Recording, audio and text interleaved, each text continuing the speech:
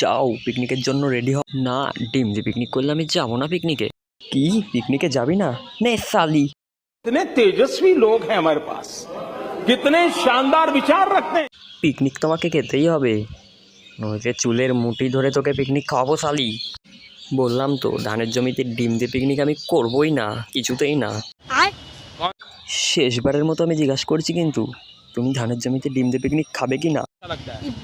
তুমি পিকনিকে না গেলে তোমায় কিন্তু আমি আবার মারবো শোনা। এই বাম চোখ।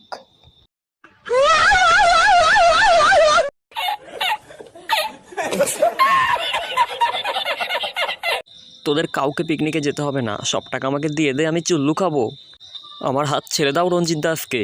ওই শালি আগের বার পিকনিকে ছোট ডিম পেয়েছে বলে এবার যাবে না বলছে পিকনিকে।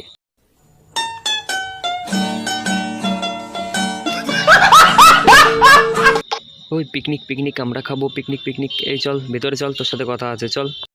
বল শালা, তুই শুধু পিকনিকে চাল আর আলু নিয়ে চলে এসেছিস কেন? ডিম কই তোর? না মানে রঞ্জুদা, আমি ভেবেছিলাম তুমি হয়তো তোমার ডিম থেকে আমাকে অর্ধেক ভেঙে দেবে। अच्छा ठीक है। শালা তুই আমার ডিমে ভাগ বসাতে এসেছিস? রঞ্জুদা, আমি তোমায় পরে অর্ধেক ডিমের দাম দিয়ে দেবো। কি বললি বামচোক, তুই আমায় টাকা দিবি? নে শালা।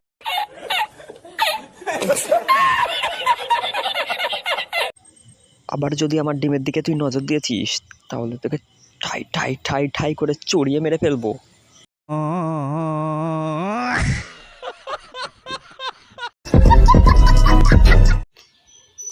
এই চিরঞ্জিত, আমাকে 200 টাকা ধার দে না রে ভাই, খুব দরকার।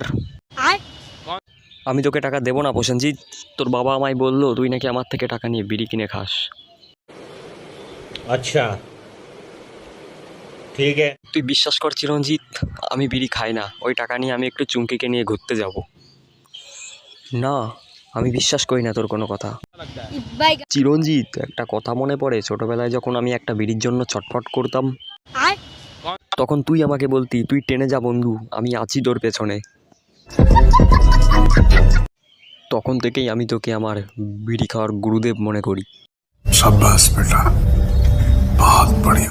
ঠিক আছে, লাগবে না আমার তোর টাকা। তাতে যদি আমার চুমকির সাথে ব্রেকআপ হয়ে যায় তো হোক, তাও আমি তোর কোনো টাকা নেব না। চললাম। ইমোশনাল করে দিলি রে।